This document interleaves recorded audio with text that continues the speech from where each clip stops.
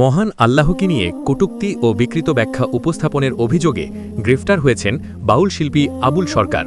ঘটনাটি সামনে আসার পর থেকেই উত্তপ্ত হয়ে উঠেছে দেশের ধর্মীয় অঙ্গন।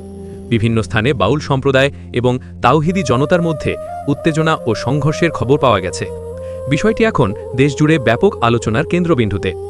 মানিকগঞ্জের ঘিওর উপজেলার জাবরা এলাকায় ৪ নভেম্বর এক পালাগানের আসরে সঙ্গীত পরিবেশন করেন আবুল সরকার। আল্লাহর সাথে আর একটা আল্লাহ হইলে পাল্লা ভালো হইতো। ১ তারিখে গান করার জন্য আল্লাহ হয়েছিল, বান্ধা হয়েছিল। সেদিনে আল্লাহর সাথে দেখাও এটা হয়ে বিধি করে দিছে।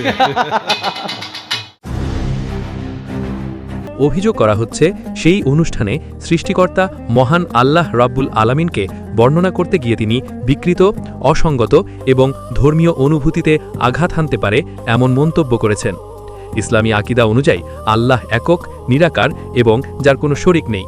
পবিত্র কোরআনের সূরা ইব্রাহিমের ১০ নম্বর আয়াতে বলা হয়েছে, তোমরা কি আল্লাহ সম্বন্ধে সন্দেহ করো, যিনি আকাশসমূহ ও পৃথিবীর সৃষ্টি করেছেন? একইভাবে সূরা হুজরাতের ১৫ নম্বর আয়াতে উল্লেখ আছে, সত্যিকারের মুমিন তারাই যারা আল্লাহ ও তার রাসূলের প্রতি ঈমান আনার পর আর কোনো সন্দেহ পোষণ করে না। কিন্তু পালাগানের সেই আসরে আবুল সরকারের কণ্ঠে শোনা যায় আল্লাহর সাথে আরেক আল্লাহ থাকার কথা উল্লেখ করে পাল্লা মেলানোর দাবি।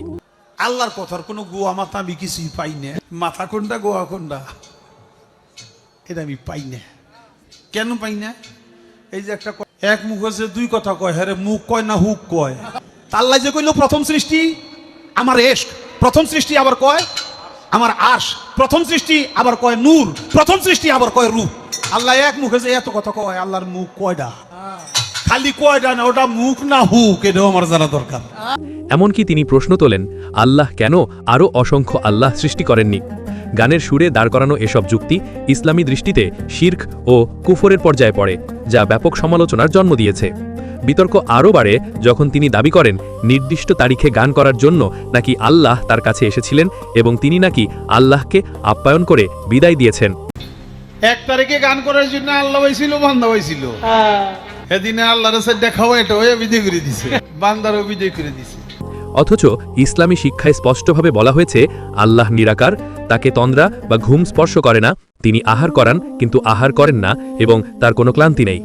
এছাড়াও বিভিন্ন বক্তব্যে তিনি ইঙ্গিত দেন আল্লাহর কথার নাকি ঠিকানা নেই, মূল্য নেই এবং আল্লাহর মুখ কয়টা এমন আপত্তিকর শব্দ উচ্চারণ করেন। ধর্মীয় অঙ্গন এসব বক্তব্যকে আল্লাহ ও ইসলামের প্রতি সুস্পষ্ট অবমাননা হিসেবে দেখছে। সব মিলিয়ে আবুল সরকারের মন্তব্য নিয়ে দেশব্যাপী উদ্বেগ, ক্ষোভ এবং বিভাজন তৈরি হয়েছে। পরিস্থিতি নিয়ন্ত্রণে আইনশৃঙ্খলা বাহিনী তাকে গ্রেফতার করেছে। গ্রেফতারের পর কী ব্যবস্থা নেওয়া হবে তা নিয়ে এখন সারা দেশের মানুষের দৃষ্টি বিচারিক প্রক্রিয়ার দিকে। এটাই ছিল এখন পর্যন্ত প্রাপ্ত তথ্য। পরবর্তী আপডেটের জন্য সঙ্গে থাকুন।